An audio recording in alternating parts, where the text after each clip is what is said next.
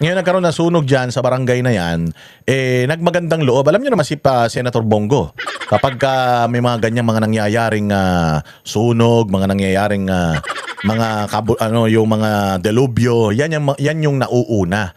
Oo, walang senador na gumagawa niyan, walang congressman na gumagawa niyan.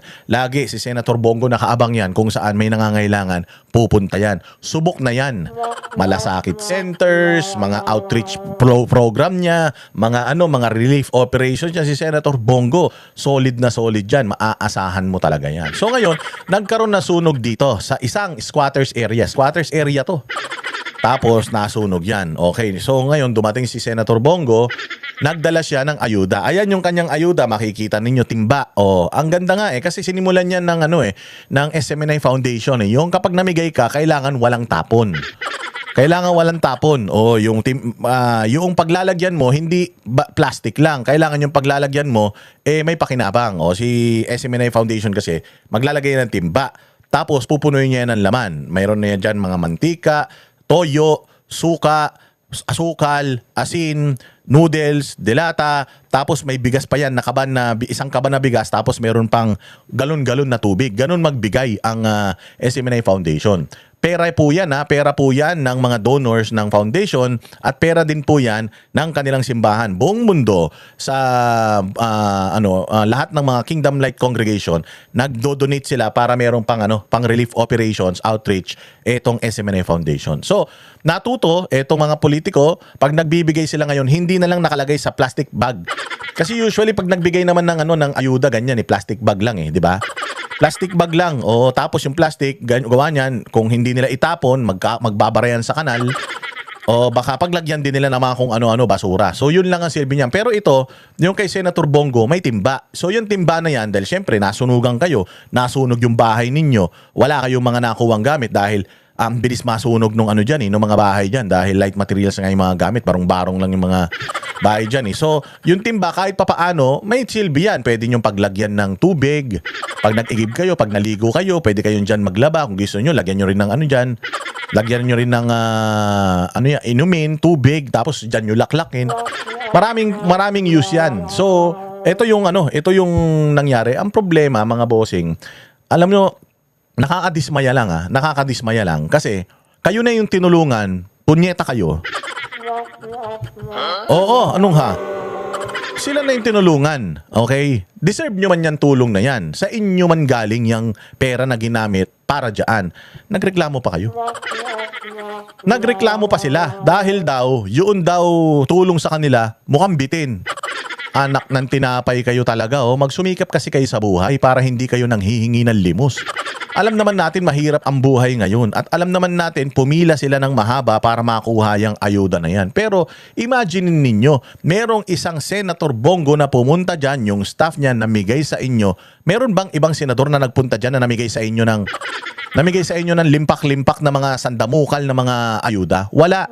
Si Senator Bongo lang ang gumawa niyan sa inyo, tinulungan na nga kayo, nagalit pa kayo. Tangina ninyo, mga napaka-ungrateful talaga ninyo, mga hayop kayo. Kayo na yung mga tamad sa buhay.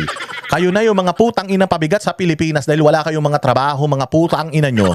Tapos kayo pa tong mga ganyan ng mga ugali nyo, mga hayop kayo, mga tambay lang naman kayo, mga buwisit kayo. Ito yung pinilaan ng mga tao kanina. Yan daw yung pinilaan ng mga tao kanina. Ang dami niyan. Napakadami niyan. Imagine ninyo gaano karaming pera ng gobyerno ang inubos para dyan, putang ina nyo, hindi pa kayo nagpasalamat. Hayop kayo. Oras mula umaga hanggang ganong oras. Hanggang tanghali. Tingnan nyo laman 4 na noodles. Merong bigas, ilang kilo din yan. Siguro mga 2 kilong bigas din yan. At meron laman na 4 na delata. Meron pantimba. Puta, hindi ka pa masaya niyan? Gago, maglakad ka mula Apari hanggang Hulo. Putang ina ninyo, wala kayong mapupulot na ganyan. Kumatok kayo sa bahay ni Risa Ontiveros, wala kayong makukuha na ganyan. Diyan sa congressman nyo, diyan sa barangay ninyo, pumunta kayo. Wala kayong aasahan na ganyan. Naunang dumating sa lugar ninyo si Senator Bongo para magbigay ng ayudang mga hayop kayo. Tapos magrereklamo pa kayo. Walang hiya kayo. Ayun Ang daming laman 4 na noodles, bigas, Ilang, putang 5 dilata? Nagreklamo ka pa, hayop ka? Meron pang timba, putang ina nyo, hindi kayo marunong mahiya. Illegal kayong mga nakatira dyan, putang ina nyo. Wala kayong mga titulo sa mga bahay ninyong mga hayop kayo. Tapos may gana pa kayong mga buwisit kayo na magreklamo. Sa bagay, hindi naman lahat nagreklamo, ito lang naman hudas na ito. Ang ina ninyo, mga gago kayo. Ganyan o.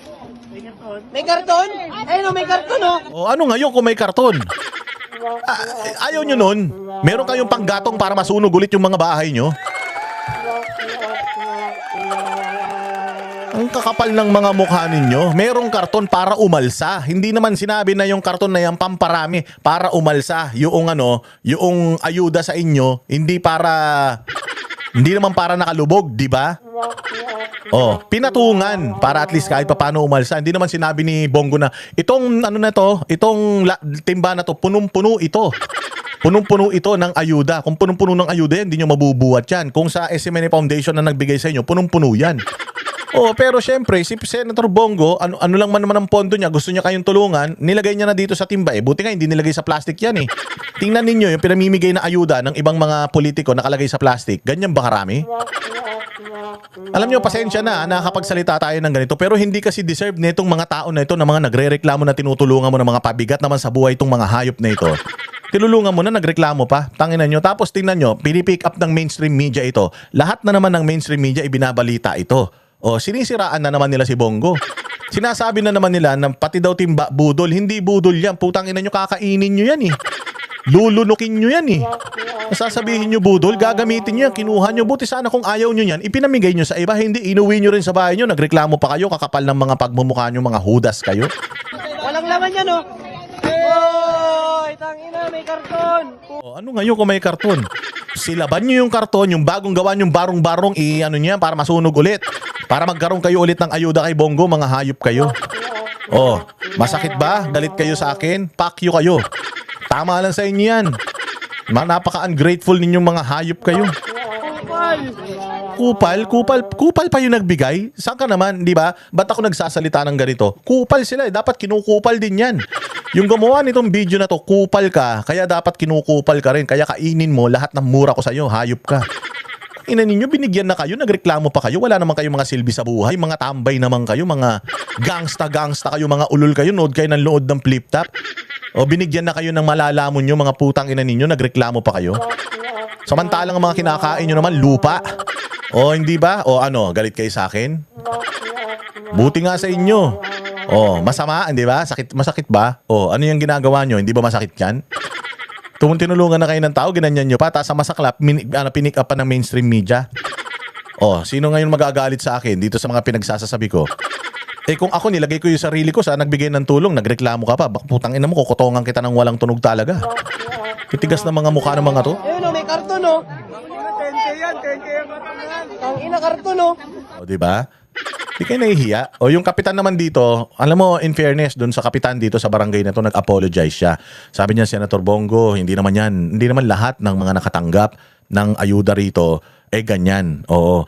Pasensya na po. Nangangailangan po ng tulong. Salamat po sa tulong ninyo. Ito lang naman ang tanong eh.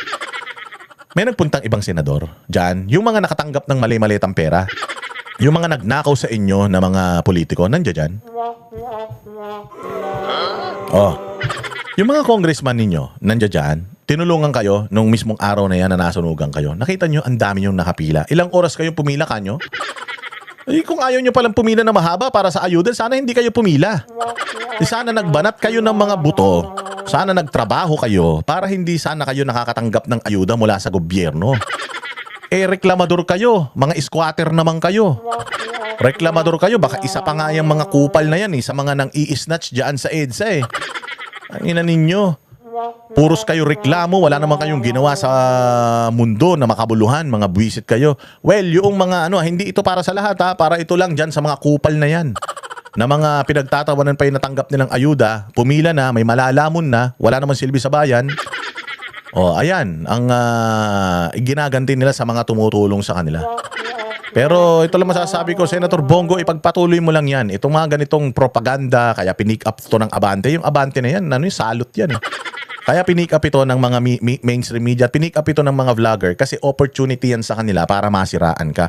Huwag ka ma-discourage. Ipagpatuloy mo lang yung ginagawa mong kabutihan sa kapwa mo dahil alam naman ng taong bayan. Kaya ka nga nag-number 1. Kaya ka nga nag-number 1 na senador kasi ikaw lang ang senador na nararamdaman ng mga Pilipino yung kanyang pagseserbisyo. O, tingnan mo yung mga maiingay sa social media ng mga senador, yung mga pa-interview ng pa-interview. Nandiyan dyan ba? Wala. Kaya kayong mga taga dyan sa NIA, ha, ang kakapal ng mga pagbumukha nyo, ha. Oo, lalo na yung mga nagrereklamo. Hindi lahat, ha, hindi deserve ng mga taga NIA ang masunugan. Oo, pero pagka kayo naman ay tinulungan, maging ano naman kayo, maging thankful naman kayo.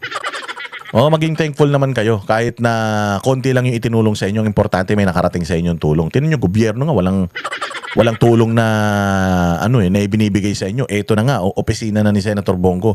Nagbigay na ng tulong sa inyo, nagreklamo pa kayo. Walang hiya, oh.